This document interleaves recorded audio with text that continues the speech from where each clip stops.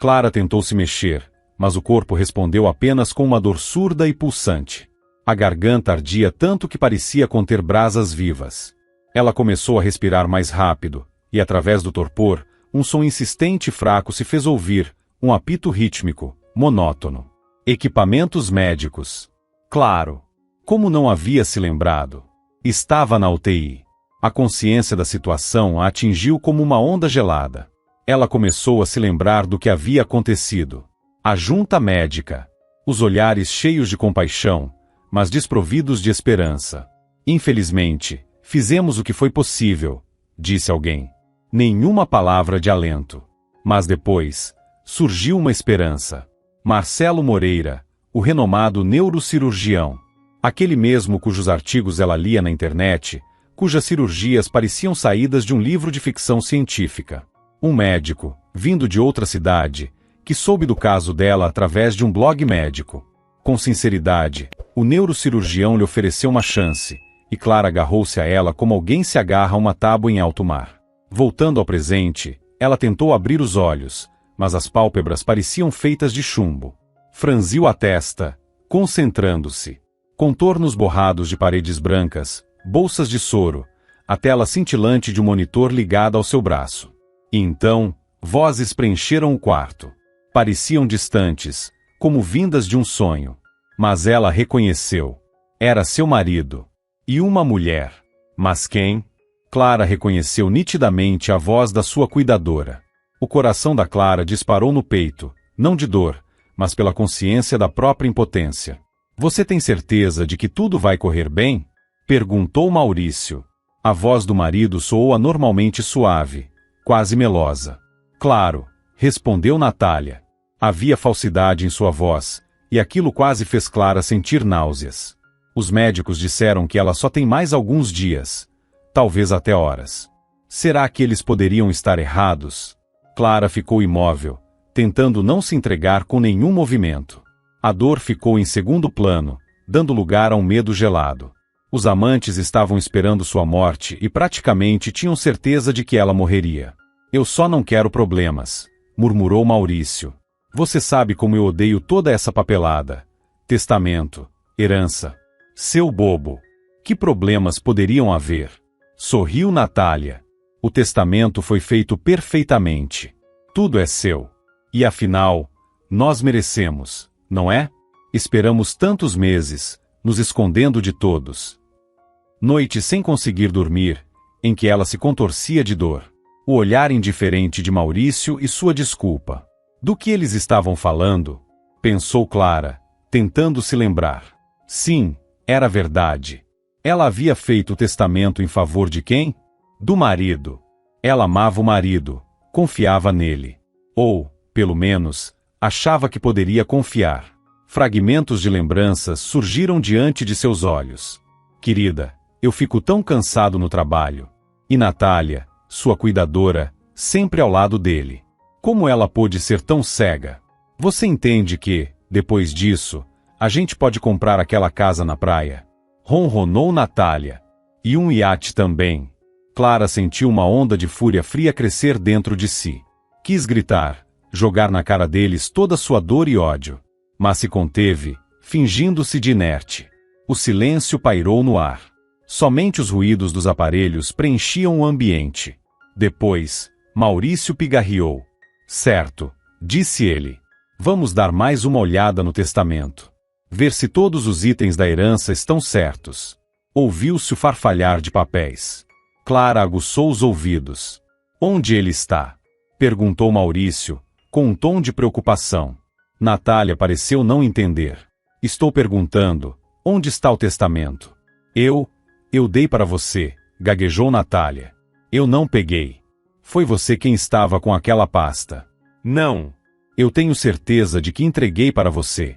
Estava na bolsa. Confere agora. Ouviu-se barulho de papel, chaves tilintando. Não está aqui, exclamou Natália. Maurício, tem certeza de que não deixou no carro? Ah, droga! Resmungou o marido. Claro, deve ter sido isso. Coloquei no pacote quando peguei as chaves. Já volto. Vou conferir agora. Não, espera. Interrompeu Natália. Você quer que alguém desconfie? Ficou maluco? E o que mais eu posso fazer? Retrucou Maurício. Sem o testamento, não vamos receber nada. Vai tudo para os parentes dela. Fala baixo. Cochichou Natália. Podem nos ouvir. Clara sentia o coração disparar no peito. O testamento havia sumido. Alguém o roubou? Será que ainda existia justiça neste mundo? Clara não indicou nenhum parente ao fazer o testamento. Eu verifiquei isso antes, disse Maurício, baixando a voz. Temos que encontrar o testamento. Vamos procurar mais uma vez, sugeriu Natália. Vai ver, a gente deixou passar alguma coisa. Procurar o quê? Tenho certeza de que alguém pegou debaixo do nosso nariz. Não fala besteira. Quem ia roubar um documento no UTI? E eu lá me importo. Vou exigir que verifiquem tudo agora mesmo. Insistiu Maurício. Isso é roubo. Levaram um documento importante meu. Não é à toa que dizem, sem papel, você não é nada. Nesse momento, ele elevou a voz, chamando atenção. Onde estão os médicos? Que alguém venha aqui agora. Sumiu uma coisa muito importante. Ouviram-se passos apressados. A chefe da enfermagem entrou no quarto, seguida pelo médico de plantão. O que está acontecendo? Perguntou o doutor, franzindo a testa. Roubaram uma coisa da gente. Uma pasta com documentos da herança. Disparou Maurício. Um testamento? Estranhou o médico. De quem? Ora, não é meu. É da minha esposa, Clara Garcia. Respondeu Maurício. Apontando para a esposa, Maurício disse. Pegamos para conferir de novo, e desapareceu. Mas por que trazer documentos importantes para a UTI? Perguntou a chefe da enfermagem, confusa. Isso não é da sua conta, cortou o marido. Faça uma investigação, por favor. Por favor, acalme-se, tentou intervir o médico. Vamos resolver isso. Mas o mais importante agora é o estado da sua esposa. Que estado? Ela já virou um vegetal. Quase gritou Maurício. Onde está o meu testamento? Clara mal conseguia conter as lágrimas. Agora ela via o verdadeiro rosto do marido. E da amante, que por tanto tempo fingira ser apenas uma ajudante. Eles estavam apenas esperando sua morte. Sonhavam com seu dinheiro. Por isso, tanto Maurício quanto Natália não se importavam com a vida dela dali em diante. Acho melhor vocês saírem da sala, disse o médico com firmeza. Esse comportamento é inaceitável aqui. Eu não vou sair até encontrarem o que sumiu. Insistiu Maurício. O médico balançou a cabeça, inflexível. Maurício e Natália trocaram olhares e perceberam que haviam passado dos limites. Tá bom, resmungou Maurício.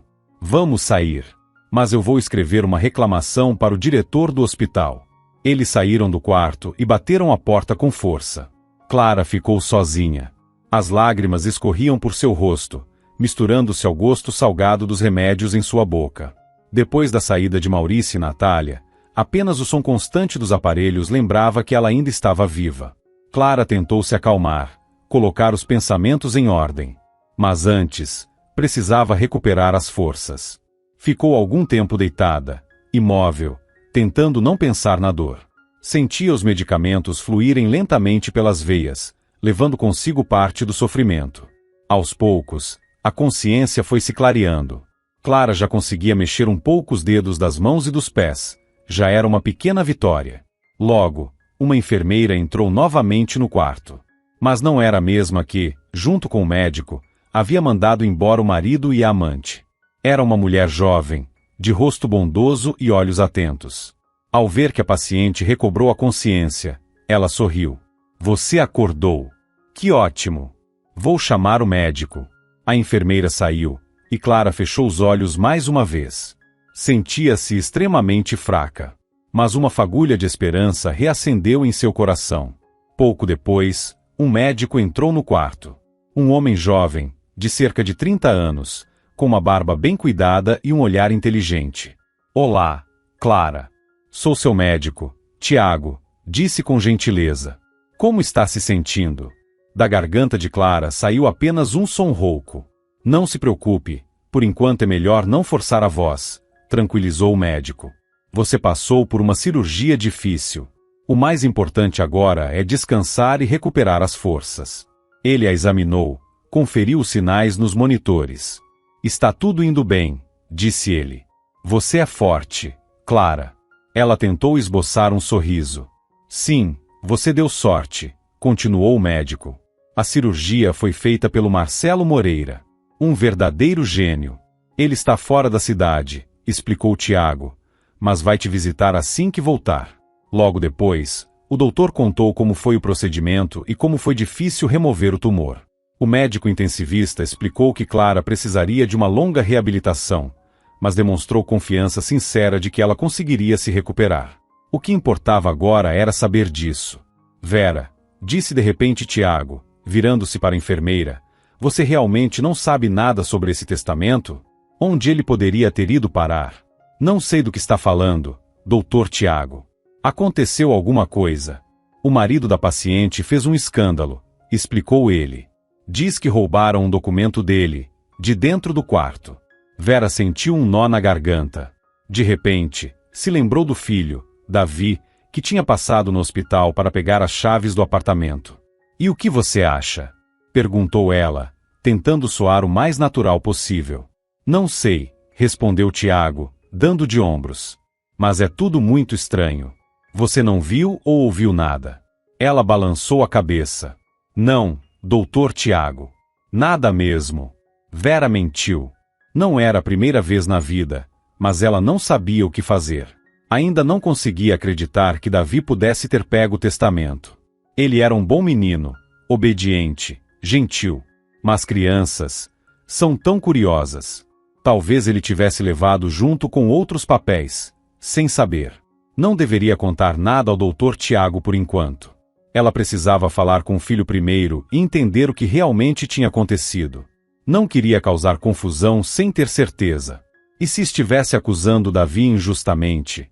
Entendido, disse Tiago, sem perceber o conflito que tomava conta de Vera. Mas se você lembrar ou ver qualquer coisa, me avise. É importante. Ele então se virou novamente para estudar os gráficos e indicadores. Vera permaneceu imóvel. Seus pensamentos batiam como pássaros presos numa gaiola. O que fazer?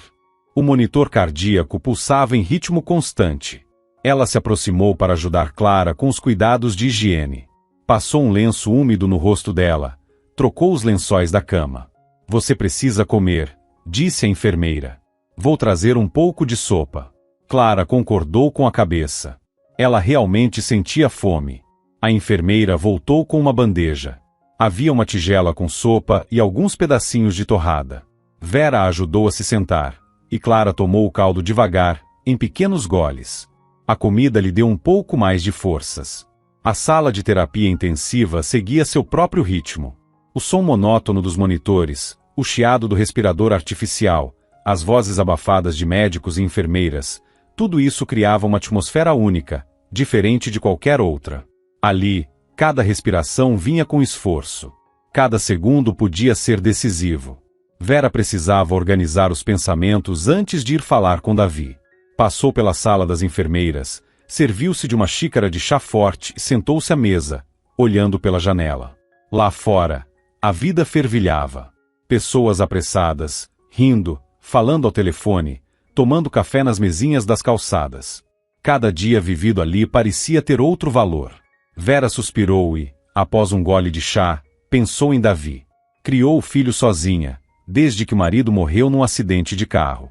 Davi era sua luz, sua esperança, o sentido da vida. A enfermeira ainda não conseguia acreditar que o filho pudesse ter feito algo errado. O telefone tocou. Ela deixou a xícara e saiu da sala, tentando afastar os pensamentos inquietantes, mas eles a seguiam como moscas irritantes. Naquela mesma noite, depois do turno, ela voltou rapidamente para casa. Davi já devia ter chegado da escola. No caminho, comprou os pastéis recheados com batata e cebola que ele tanto gostava, torcendo para que isso ajudasse a conversa. Ouviu a voz do filho cantarolando uma música. Ele estava sentado à mesa, fazendo lição de casa. Oi, mãe. Davi pulou da cadeira e correu para abraçá-la. Que bom que você chegou. Oi, meu amor, respondeu Vera, apertando o filho nos braços. Também fiquei muito feliz em te ver. Ela olhou ao redor.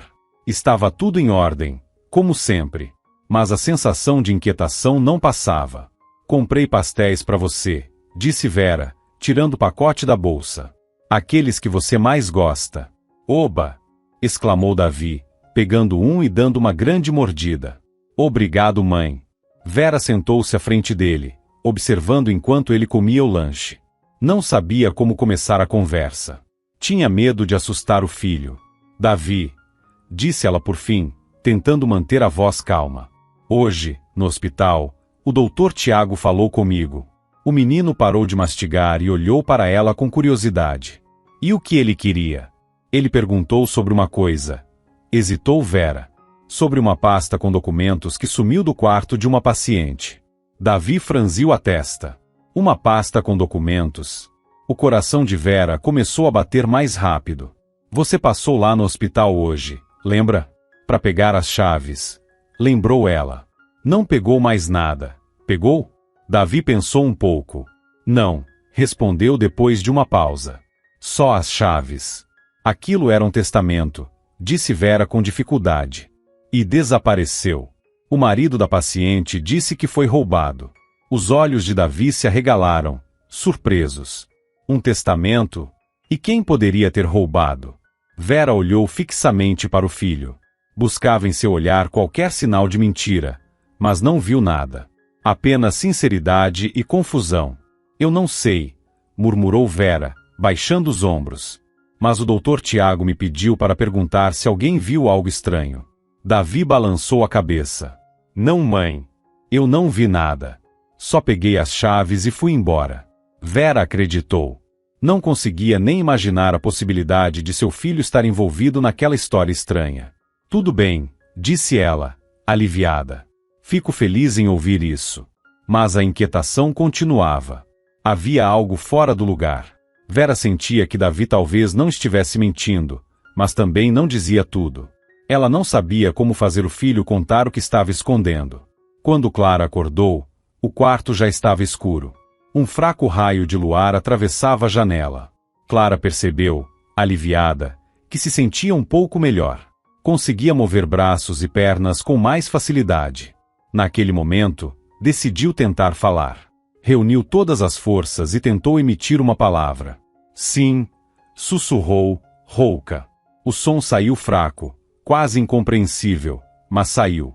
As lágrimas escorreram por seu rosto. No dia seguinte, Clara permaneceu na UTI. Sentia-se um pouco melhor e já conseguia conversar com médicos e enfermeiras, que lhe explicaram detalhes sobre a cirurgia e a recuperação. Foi assim que Clara soube que Maurício e Natália não tinham mais aparecido. O médico contou que eles haviam ligado algumas vezes, mas ele proibiu que voltassem ao hospital.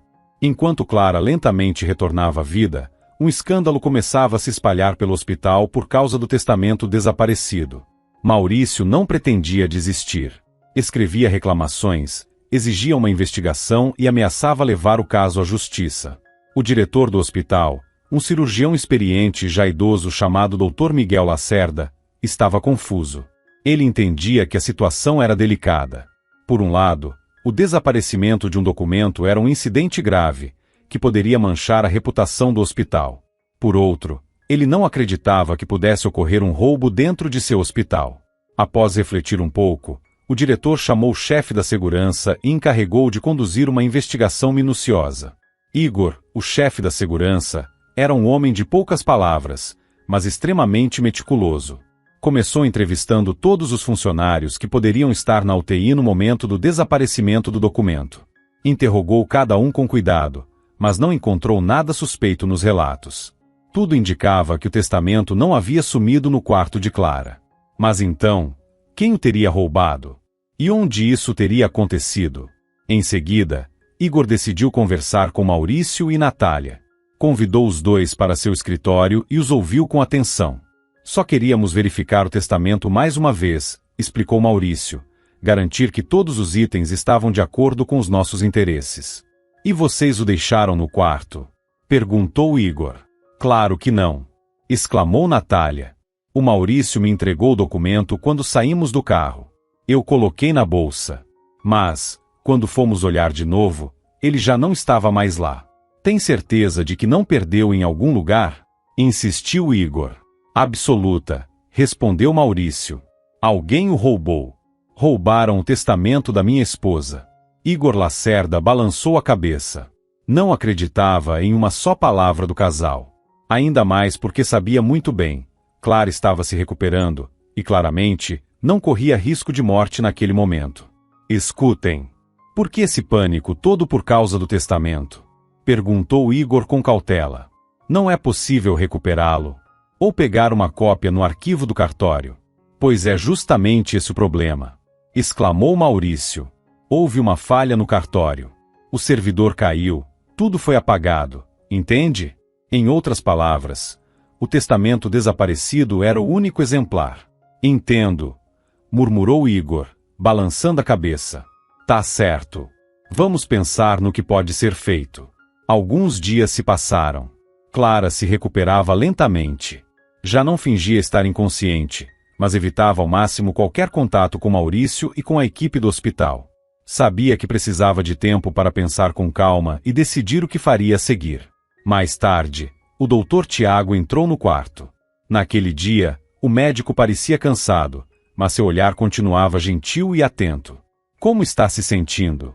Perguntou ele, sentando-se ao lado dela. Obrigada, respondeu Clara, tentando manter a calma na voz. Eu sei que está sendo um momento difícil, disse ele. Mas quero que saiba, estou sempre disposto a ouvir você e ajudar no que for possível. O tom sincero dele a tocou profundamente. Clara sentiu que podia confiar naquele homem. Doutor Tiago, eu preciso lhe contar uma coisa. Claro.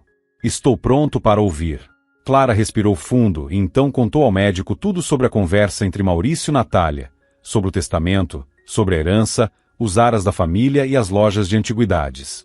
Falava baixo, meio confusa no começo, mas, a cada palavra, sua voz ganhava mais firmeza. Entende? Eles têm certeza de que eu vou morrer. Por isso querem tanto tomar tudo que é meu. Tiago ouviu a paciente com atenção, sem interrompê-la. Quando Clara terminou, ele ficou em silêncio por alguns instantes, refletindo sobre o que tinha acabado de ouvir. Eu acredito em você, disse ele por fim. E vou fazer tudo o que estiver ao meu alcance para te ajudar. Suspirou e a olhou com compaixão. Seu negócio. Você mencionou aras? Sim, respondeu Clara, um pouco surpresa com a mudança de assunto. Criamos raças árabes de elite. Tenho algumas fazendas espalhadas pelo país. E também lojas de antiguidades. É o trabalho da minha vida. Os olhos de Tiago brilharam com entusiasmo. Cavalos. Sempre sonhei em aprender a cavalgar. Quando era criança, não tive essa chance, e não tenho tempo agora, completou Tiago, mas é um sonho antigo meu. Clara sorriu. Posso te ensinar. Lá, todos perdoam os erros dos iniciantes. Seria maravilhoso, disse Tiago, sinceramente animado. A conversa deslizou naturalmente para o tema dos cavalos. Clara falava sobre seus animais preferidos, sobre as personalidades deles, as características de cada raça. Ela falava com tanto carinho e paixão que Tiago se encantou. Só teve uma história muito dolorosa, disse Clara de repente, com o olhar ficando mais distante. Qual? Se puder me contar, claro, perguntou o médico com delicadeza. Quando eu tinha uns 10 anos, começou ela, escondida do meu pai, resolvi montar um cavalo muito temperamental. Ele era forte, indomado, ninguém conseguia lidar com ele. E eu, boba, achei que conseguiria.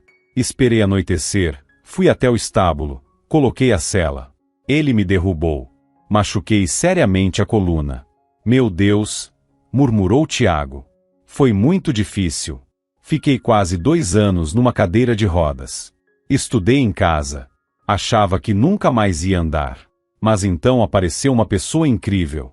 Um homem simples, mas com um dom raro. Usava ervas, massagens, compressas, coisas que aprendeu com a mãe dele, e que funcionaram. Foi ele quem me pôs de pé de novo. Atencioso, gentil, o Renato virou quase um segundo pai para mim. Nesse momento, Vera entrou no quarto com os medicamentos. Ouviu as últimas palavras e parou, como se tivesse sido atingida por um raio. Você está falando do Renato, o curandeiro? Perguntou a enfermeira, tentando disfarçar a tremedeira na voz. Sim, o Renato. Você o conhecia? Ele era meu pai, sussurrou Vera, com os olhos marejados. Ele faleceu há alguns anos, infarto. Clara ficou chocada. Seu pai. Ele me salvou. Então, eu devo a ele a minha vida. Vera se aproximou da cama e segurou a mão de Clara. Ele falava muito sobre os pacientes, mas eu não sabia que você era aquela menina. Aquela que ele ajudou depois da queda. Papai se preocupava muito com você. Dizia que você era incrivelmente determinada. O silêncio tomou conta do quarto. Tiago observava as duas em silêncio, impressionado com a coincidência extraordinária. O mundo é pequeno, disse-lhe por fim, quebrando o silêncio. Muito pequeno. Clara olhou para Vera, sentindo um nó na garganta. Quis abraçar aquela mulher desconhecida, filha do homem que um dia lhe devolveu a esperança. No fundo, Clara sentia gratidão, compaixão e um laço estranho, inexplicável. Vera, eu nem sei o que dizer. Obrigada. Ao seu pai. E a você também, pelo seu cuidado, pela dedicação. Vera sorriu através das lágrimas. Meu pai ficaria feliz em saber que você está bem. Ele acreditava que você teria um futuro brilhante. Depois disso, por um momento, o quarto permaneceu em silêncio. Vera passou a visitar Clara com mais frequência.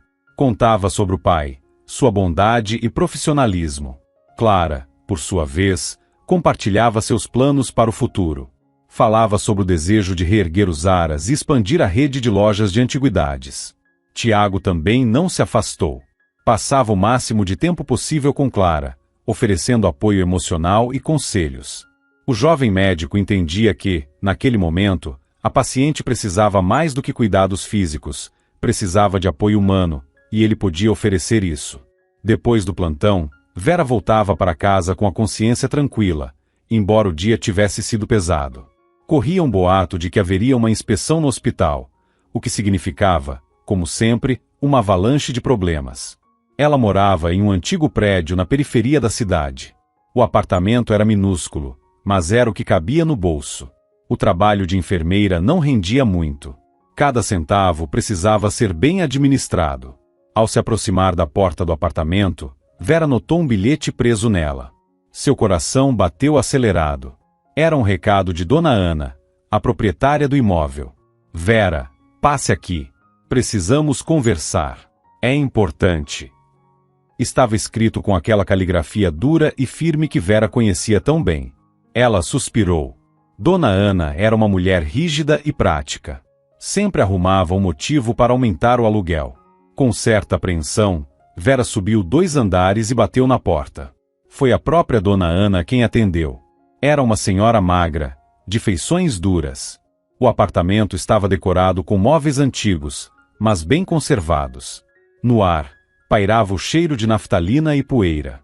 Queria falar com você a respeito do aluguel, disse Dona Ana sem rodeios. Você sabe, a vida está ficando mais cara. Tudo está mais caro. Não posso mais alugar o apartamento pelo mesmo valor, disse Dona Ana. Vera sentiu um calafrio. Dona Ana, eu entendo, de verdade. Mas já pago o máximo que consigo. Tenho um filho pequeno. Trabalho como enfermeira.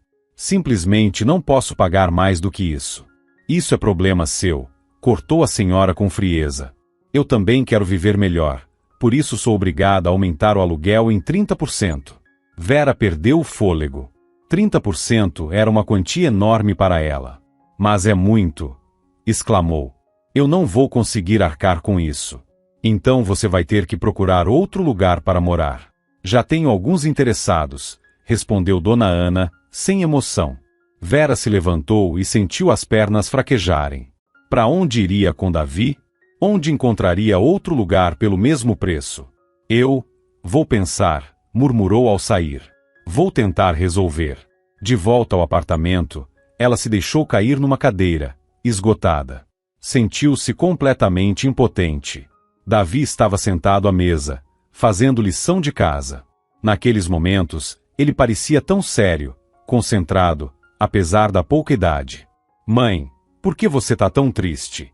Perguntou ele, percebendo o estado da mãe. Vera tentou sorrir. Está tudo bem, meu amor. Só estou um pouco cansada. Mas você está sempre cansada, disse Davi. Você devia descansar mais. Vera abraçou o filho com força. Eu sei, querido. Eu vou tentar. Vera olhou para o rosto dele, tão familiar, tão amado. Ela precisava ser forte por causa do filho. Tinha a obrigação de encontrar uma saída para aquela situação.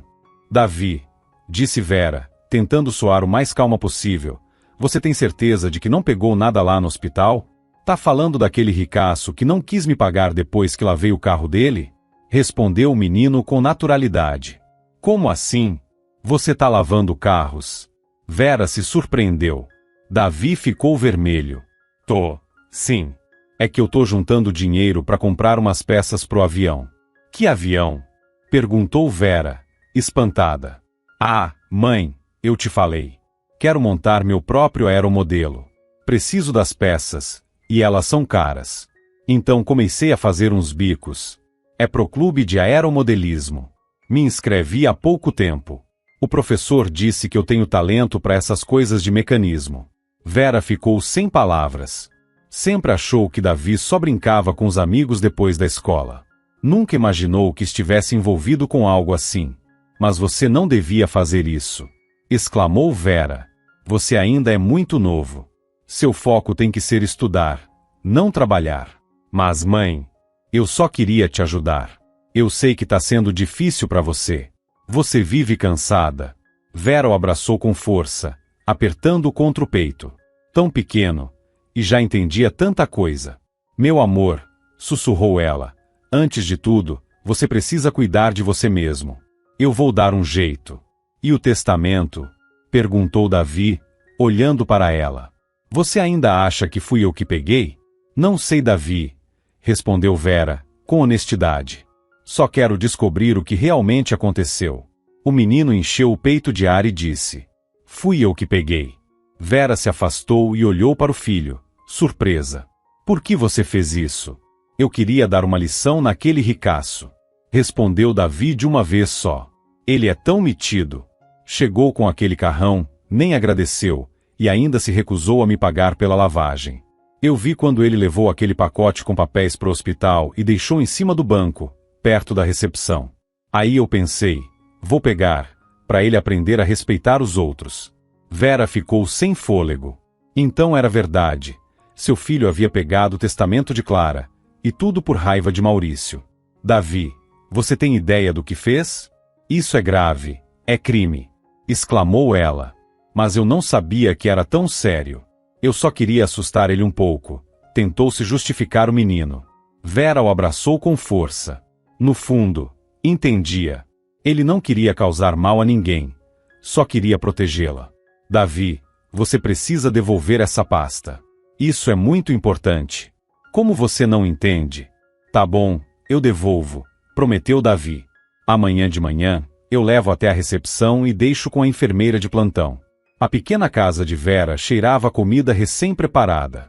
No ar, uma mistura de batata frita, sabão em pó e desinfetante barato, que ela usava para disfarçar, ao menos um pouco, o cheiro de mofo nas paredes.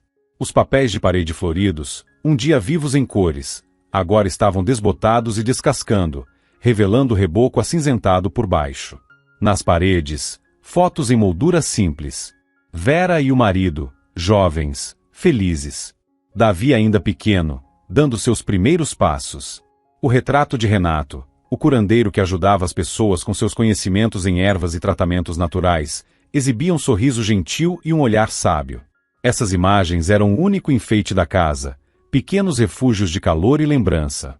A mobília veio dos antigos moradores. O sofá velho, com as molas afundadas, estava coberto com uma manta para esconder os defeitos. O guarda-roupa rangia cada vez que era aberto. Uma das pernas da mesa vivia bamba. O único móvel novo era a escrivaninha de computador de Davi, simples e funcional, mas, para ele, era uma verdadeira oficina. A cozinha era minúscula, com um fogão que só funcionava com duas bocas e uma geladeira antiga que roncava como um trator velho. Mesmo assim, Vera conseguia preparar ali refeições saborosas e nutritivas. Apesar de todos os defeitos, Ela amava aquele apartamento. Era sua fortaleza, o lugar onde se sentia segura. Ali, Vera criava o filho, compartilhava com ele as alegrias e as tristezas. Ela olhou para Davi, que brincava com seu jogo de montar, e sentiu o coração apertar. No fundo, Vera não sabia o que fazer. Como conseguiria pagar um aluguel mais alto? E onde iriam morar se fossem despejados? Ela sabia que precisava encontrar uma saída urgente para aquela situação. Mas o que podia fazer?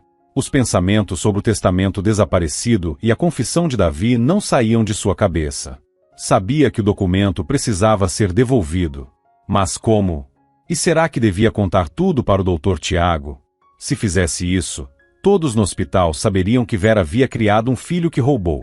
Ela se sentia encurralada, como se problemas demais estivessem caindo sobre seus ombros frágeis. Às vezes, sentia vontade de se esconder, fugir de tudo aquilo. Mas sabia que não podia. Vera tinha um filho que amava profundamente. E por ele, ela precisava ser forte. Enquanto isso, Maurício estava sentado no carro, batucando os dedos com impaciência. Natália, como sempre, estava ao seu lado, tentando acalmá-lo. E aí? O que aquele notário inútil disse? Perguntou Maurício. Natália suspirou, desanimada. O doutor Érico disse que não pode vir agora. Foi visitar os pais em outro estado. Prometeu que vai cuidar disso assim que voltar. Como assim que voltar? Eu não posso esperar. Eu preciso desse testamento o quanto antes. Maurício estava fora de si de raiva. Natália se aproximou dele e o abraçou pelos ombros. Querido, calma. Vai dar tudo certo. Vamos pensar em alguma coisa. Talvez a gente devesse pressionar aquele médico. Acho que esse Tiago está interessado na Clara. E se ele souber de algo sobre o testamento desaparecido? Você acha? Maurício ficou pensativo. Bom, talvez seja uma ideia. Mas a gente precisa agir com cuidado. Ele é médico.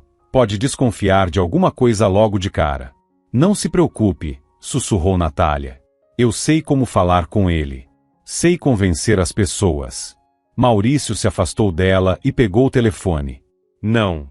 Eu vou ligar de novo pro notário. Vai que ele consegue fazer alguma coisa. Começou a discar o número com pressa. Depois de alguns toques, o notário atendeu. Boa noite, Maurício. Aconteceu alguma coisa? Boa noite. Aconteceu, sim. Como o senhor já sabe, sumiu um documento importante, o testamento de Clara Garcia. A gente precisa muito recuperar isso com urgência. Entendo sua preocupação. Mas, como já disse antes, estou longe da cidade. Não posso ajudar vocês agora. A recuperação de documentos de herança é um processo complicado e exige muitos trâmites legais. Podemos apenas confirmar nossa vontade, insistiu Maurício. Infelizmente, nesse caso, isso não é possível. É necessário o comparecimento pessoal de todas as partes. Além disso, é preciso comprovar a capacidade legal da Clara Garcia. E no estado atual dela, isso é inviável. Maurício estava furioso. Sabia que o notário tinha razão, mas não conseguia aceitar que todos os seus planos estivessem ruindo diante dos seus olhos. Quando exatamente o senhor volta? Perguntou ele, tentando esconder a irritação na voz. Daqui a alguns dias. No fim da próxima semana, estarei de volta à cidade. Assim que possível, entrarei em contato para começarmos o processo de recuperação, respondeu o notário. Tudo bem. Ficarei aguardando sua ligação. Mas, por favor, o quanto antes, disse Maurício, encerrando a chamada. Virando-se para Natália, ele disse com raiva. Está tudo desmoronando. Esse notário enfiado no fim do mundo, o testamento sumiu. E agora, o que a gente faz? Natália o abraçou novamente. Não entre em pânico. A gente vai dar um jeito. Vamos encontrar uma forma de recuperar o testamento e conseguir o que é nosso por direito. Além do mais, sua esposa ainda está viva. Ou seja, o documento não tem validade por enquanto. Herança, por enquanto, é só um sonho. Na casa de Vera, ela não conseguiu pregar os olhos a noite toda. A consciência pesava. O medo pelo filho e a angústia por Clara não lhe davam paz. Ela decidiu que, logo pela manhã, entregaria a pasta com o testamento à paciente. Precisava contar a verdade e deixar que Clara decidisse o que fazer com aquilo. Vera colocou os documentos dentro de um envelope, reunindo coragem, entrou na UTI.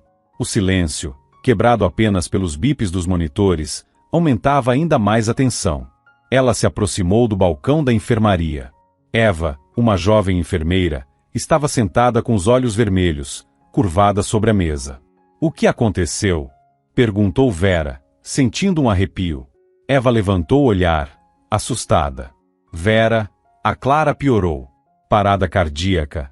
O doutor Tiago está com ela." Vera correu para o quarto. Lá dentro, reinava o caos. O médico, pálido e tenso, fazia massagem cardíaca. O rosto de Clara estava branco como papel. Tiago não parava de agir um segundo. Vera correu até o desfibrilador e, com as mãos trêmulas, o ligou. "Desfibrilar, segunda carga", ordenou Tiago. Nada. A linha no monitor continuava reta. Mais uma vez, carga. A voz dele revelava exaustão. Vera apertou o botão novamente. Nada aconteceu. "Não podemos desistir", disse Tiago, sem parar a massagem cardíaca. E de repente, Clara puxou o ar com um gemido fraco e rouco. O peito subiu num suspiro convulsivo, e no monitor apareceu uma linha de pulso, trêmula, mas contínua. "Voltou! Voltou!" gritou Eva, enxugando as lágrimas que escorriam. Tiago se jogou na cadeira, exausto. "Graças a Deus!" Vera cobriu o rosto com as mãos, sentindo a onda de pavor se dissipar. Aproximou-se de Clara e pegou sua mão com delicadeza. "Força! Você é forte. Vai conseguir", murmurou.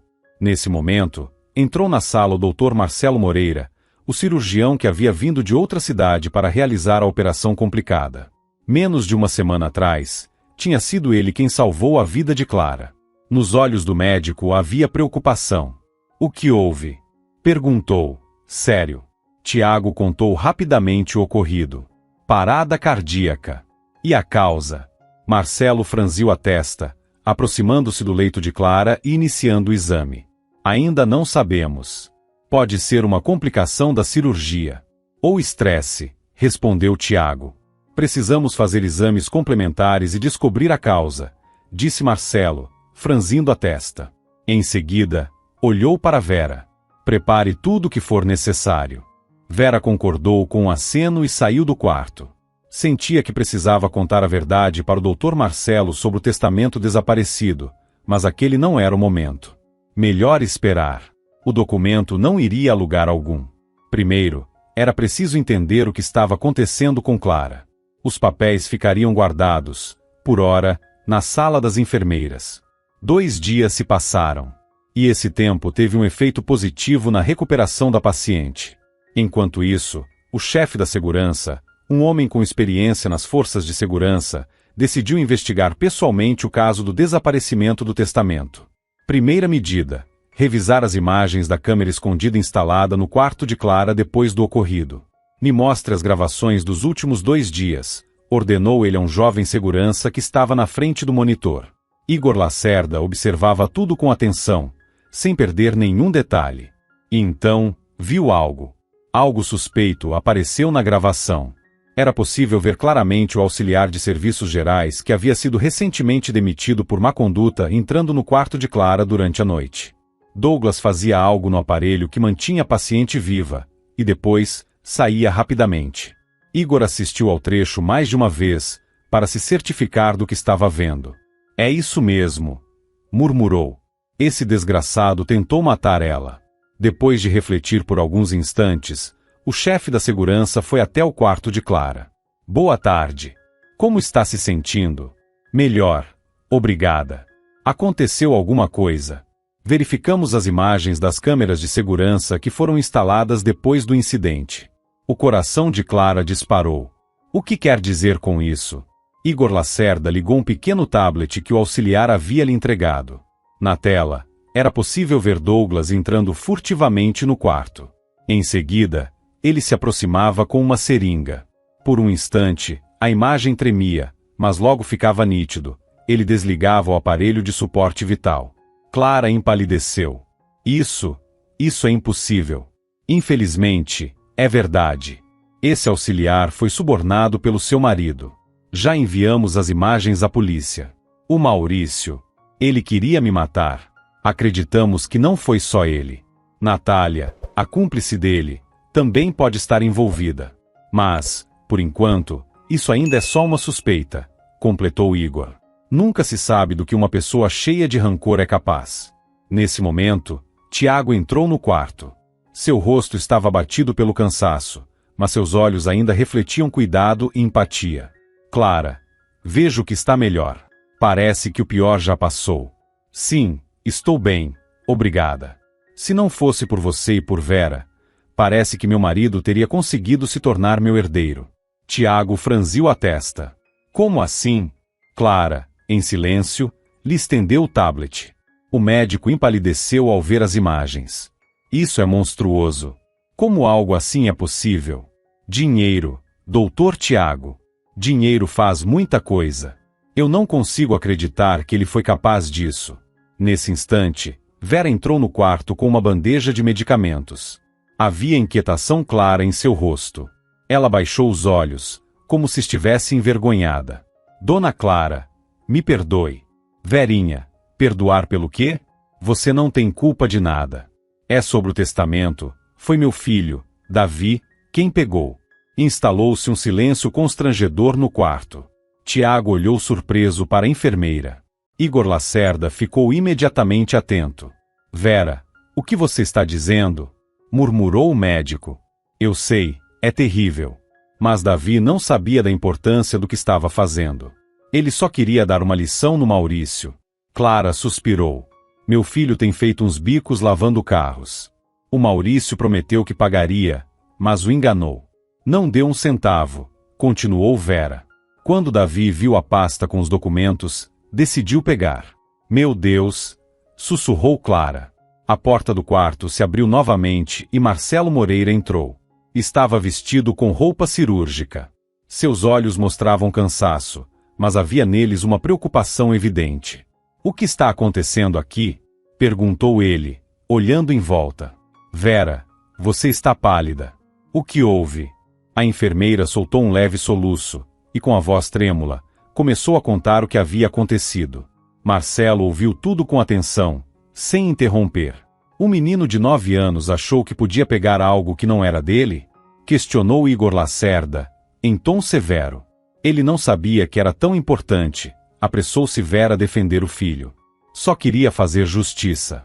Justiça é uma coisa boa, mas roubo é crime, insistiu o chefe da segurança. Você devia ter contado logo, repreendeu Tiago. Eu não sabia no começo.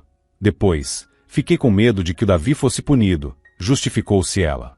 Foi um ato de criança, disse Marcelo, surpreendendo a todos ao tomar partido de Vera. Ele não entendia o que estava fazendo. O que importa é que o testamento foi encontrado. Ele olhou para Clara e esboçou um sorriso leve. Você é uma mulher muito corajosa. E seu filho é um verdadeiro herói. Só queria proteger o que achava justo. Na minha opinião, isso é algo digno de respeito. Vera corou, sem saber onde esconder o rosto.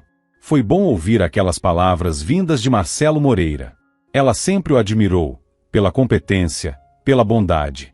Marcelo concluiu, com calma. Enfim, não vamos tirar conclusões precipitadas. Vera, eu sei que você é uma pessoa honesta e correta. Se seu filho agiu errado, com certeza teve os motivos dele. O médico então se virou para Clara. Tenho certeza de que a Vera devolverá o testamento assim que for possível. Eu já devolvi, sussurrou Clara. Está sobre a mesa, na sala das enfermeiras. Muito bem, concordou Igor Lacerda. O clima no quarto se suavizou. Clara olhou para Vera. Não se preocupe tanto. Eu entendo. Seu filho só queria fazer o que achava certo. O importante é que ele entenda que pegar o que não é dele é errado. Ele já entendeu, disse Vera, com a voz embargada. Conversamos sobre isso. Que bom. E o que ele queria comprar com aquele dinheiro? Peças, respondeu Vera, com um leve sorriso. Peças para montar um aeromodelo. Ele sonha em construir o próprio avião. Clara sorriu. Que interessante, disse Clara. Sempre gostei de tecnologia. Quem sabe eu possa ajudar o Davi? Vera olhou surpresa para a paciente. A senhora? Claro. Tenho alguns contatos. Posso conseguir as peças de que seu filho precisa. Eu nem sei como agradecer. Verinha, não precisa. Só me ajude a ficar de pé o quanto antes, depois de tudo isso, disse Clara, sorrindo. O quarto ficou em silêncio por alguns segundos. Tiago se aproximou da cama de Clara. Está se sentindo pior depois de todas essas notícias? Pelo contrário. Estou melhor. Obrigada. Você me salvou. Só fiz meu trabalho. Mas fico feliz que tenha dado tudo certo. Não, foi mais do que só trabalho, respondeu Clara. Você me devolveu a fé nas pessoas. O médico sorriu e deixou o quarto. Sozinha por um instante, Clara ficou pensativa. Sua vida, antes estável e bem-sucedida como empresária, havia mudado completamente. Descobrir a verdade sobre o marido, sobreviver a uma tentativa de assassinato. E ao mesmo tempo, parecia ter encontrado novos amigos. Vera, Tiago, Marcelo Moreira. Essas pessoas haviam se tornado pequenos feixes de luz em meio à escuridão que tomava conta da sua vida. Enquanto isso, no corredor, Marcelo Moreira alcançou Vera e tocou levemente em sua mão. Vera, espere, disse o médico. Ela parou. Quero agradecer pela sua honestidade, disse ele com sinceridade. E também queria te convidar para tomar um café, quando tiver um tempinho livre. Vera ficou paralisada. Marcelo Moreira estava convidando para um encontro? Ela mal podia acreditar. Eu nem sei o que dizer, murmurou. Só diga sim. Isso já basta para mim, sorriu ele. Sim, sussurrou Vera, olhando diretamente nos olhos dele. Eu aceito. Marcelo sorriu de volta. Ótimo. Então eu te telefono. Ele lançou mais um olhar para ela e seguiu pelo corredor. Vera ficou parada ali, sem acreditar no que tinha acabado de acontecer. Parecia que seus desejos mais secretos finalmente estavam se realizando. O amor pairava no ar como o perfume suave de um frasco caro. Era impossível não perceber o clima que nascia entre ela e Marcelo, uma simpatia tímida, mas que crescia com leveza e verdade. E ela sabia, essa história merecia, sim, um final feliz. 2 semanas se passaram. Clara seguia em recuperação. Com a ajuda de Tiago, ela deu seus primeiros passos após o período de imobilidade. Sem pressa, Clara, dizia Tiago, apoiando-a com cuidado. Um passo de cada vez, e logo você vai estar dançando como no baile da escola. Clara sorriu. Definitivamente, ela gostava do senso de humor dele, e do otimismo também. Enquanto isso, entre a enfermeira e o Marcelo transferido temporariamente para o hospital, nasceu um romance intenso. Passavam todo o tempo livre juntos. Marcelo se encantava com a beleza de Vera, sua força interior e o amor que tinha pelo filho. Você é incrível. Passou por tanta coisa e ainda assim continua doce, generosa. E você é um milagre, respondeu Vera, abraçando-o. Eu nunca imaginei que poderia amar de novo. Pouco tempo depois, Marcelo a convidou para se mudar com ele para sua cidade e trabalhar em sua clínica. Vera aceitou. Sabia que aquela era a chance de recomeçar a vida. Logo após a recuperação de Clara, os amantes azarados foram presos. Maurício e Natália foram formalmente acusados de tentativa de assassinato e fraude, e enfrentariam uma longa pena de prisão. Chegou, então, o dia da alta de Clara. Ela estava parada na porta do hospital, com um buquê de rosas brancas nas mãos, um presente de Tiago. E então, pronta para a nova vida? Perguntou ele, sorrindo. Prontíssima, respondeu ela, olhando nos olhos dele. De repente, Tiago tirou do bolso uma caixinha de veludo e a estendeu para ela. Quer se casar comigo? Clara começou a chorar de felicidade. Sim, é claro que sim, disse, abraçando Tiago com força. Foi decidido que os 2 casais se casariam na mesma semana. Vera e Marcelo fariam a cerimônia em sua cidade natal, e poucos dias depois, Clara e Tiago selariam a união em uma celebração simples e íntima. Algum tempo antes, Clara havia queimado na lareira o Antigo Testamento que um dia transferia todos os seus bens para Maurício. Queria deixar o passado para trás e começar, de fato, uma nova vida. Quanto a Davi, Ele finalmente lançou seu modelo de avião no céu, construído com suas próprias mãos. O voo de teste aconteceu bem ali, sobre os campos do Aras de Clara. No céu, o pequeno avião simbolizava a nova vida que começavam, cheia de esperança e felicidade. Clara e Tiago, de mãos dadas, observavam o voo e sorriam. Em seus corações, reinavam o amor e a gratidão. Sabiam que tudo de ruim havia ficado para trás. E que o futuro reservava apenas luz. É tão bom, sussurrou Clara, encostando-se em Tiago. É meu amor, respondeu ele, beijando-a. Agora vai dar tudo certo. Sempre. Nos raios dourados do pôr do sol, o Aras parecia um lugar encantado. Os cavalos pastavam tranquilos no campo, e os pássaros cantavam suas melodias. Se você gostou dessa história, fico muito feliz com seu apoio clicando no botão de curtir. É só um clique para você, mas para mim, significa muito. Muito obrigado, e até a próxima!